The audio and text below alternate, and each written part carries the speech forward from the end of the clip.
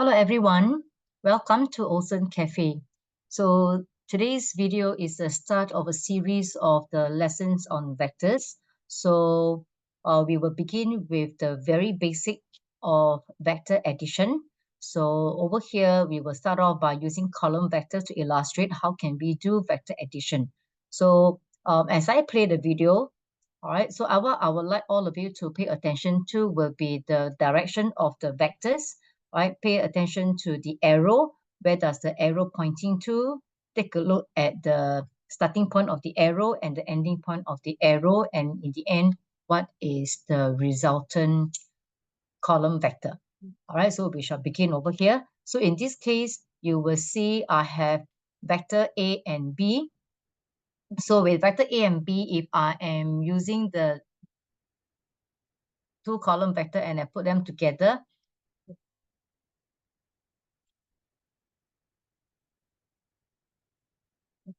so when I put them together, so what you notice is that the video here, vector A, all right, in the direction, all right, so starting point for vector A to B, and then at the ending point of B, and then you move forward over here. So the resultant vector will be from the starting point of vector A and then to B. So this will give us the resultant vector of -9 and -2. So if you take a look at the column vector, you will see it's -9. So you move back by 9 units. So 1, 2, 3, 4, 5, 6, 7, 8, 9, and then move down by 2. Now let's take a look at another example. So now you will have vector C plus vector D. So you take a look at vector C and then continue from C, I have vector D, and this will give me the resultant vector C plus D. So again, a check with the column vector. So column vector is 1 and 3. So which means I move horizontally to the right by 1 unit and I move up by 3 units. So this will be the resultant vector for C plus D. So over the next few examples, you will be seeing the same approach. So pay attention to the starting point of the arrow and then to the ending point of C, and that will give you A plus C.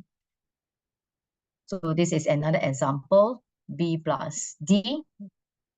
So you have B, continue with the D, and then with the resultant vector B and D.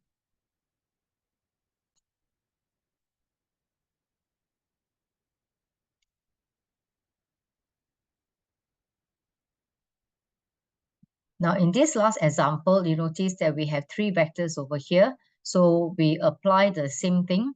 So what you will see is the resultant vector, right? The column vector itself will be also -3 and 1.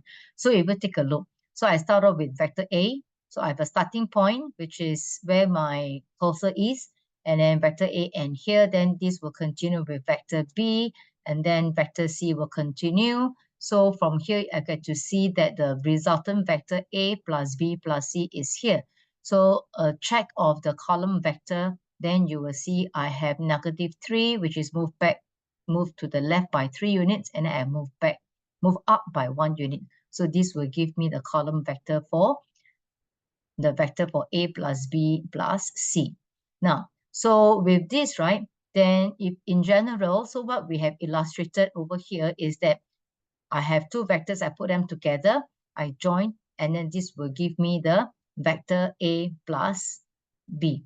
So this is what we call the triangular law of vector addition.